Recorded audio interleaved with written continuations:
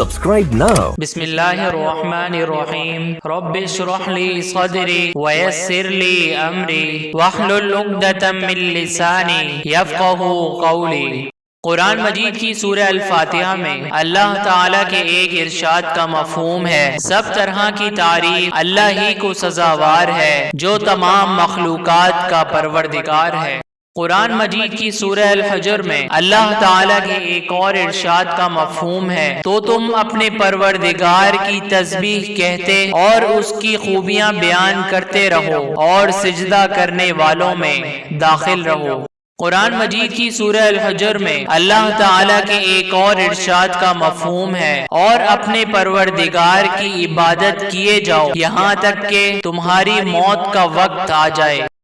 قرآن مجید کی سورہ صافات میں اللہ تعالیٰ کے ایک اور ارشاد کا مفہوم ہے، یہ جو کچھ بیان کرتے ہیں تمہارا پروردگار جو صاحب عزت ہے اس سے پاک ہے، اور پیغمبروں پر سلام اور سب طرح کی تعریف خدائے رب العالمین کو سزاوار ہے۔ قرآن مجید کی سورہ مومن میں اللہ تعالیٰ کے ایک اور ارشاد کا مفہوم ہے، جو لوگ عرش کو اٹھائے ہوئے اور جو اس کے گردا گرد حلقہ باندھے ہوئے ہیں یعنی فرشتے، وہ اپنے پروردگار کی تعریف کے ساتھ تسبیح کرتے رہتے ہیں۔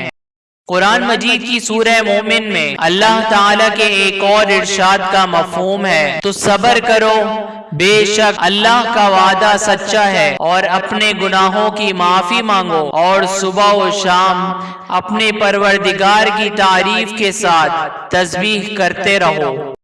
قرآن مجید کی سورہ بنی اسرائیل میں اللہ تعالیٰ کے ایک اور ارشاد کا مفہوم ہے، ساتوں آسمان اور زمین اور جو لوگ ان میں ہیں سب اسی کی تسبیح کرتے ہیں، اور مخلوقات میں سے کوئی چیز نہیں مگر اس کی تعریف کے ساتھ تسبیح کرتی ہے، لیکن تم ان کی تسبیح کو نہیں سمجھتے، بے شک وہ بردبار اور غفار ہے۔ قرآن مجید کی سورہ فاطر میں اللہ تعالیٰ کے ایک اور ارشاد کا مفہوم ہے، سب تعریف اللہ ہی کو سزاوار ہے جو آسمانوں اور زمین کا پیدا کرنے والا اور فرشتوں کو قاصد بنانے والا ہے، جن کے دو دو اور تین تین اور چار چار پر ہیں، وہ اپنی مخلوقات میں جو چاہتا ہے بڑھاتا ہے، بے شک اللہ ہر چیز پر قادر ہے۔ نیکی کی باتیں دوسروں تک پہنچا کر اپنا دینی فریضہ ادا کریں،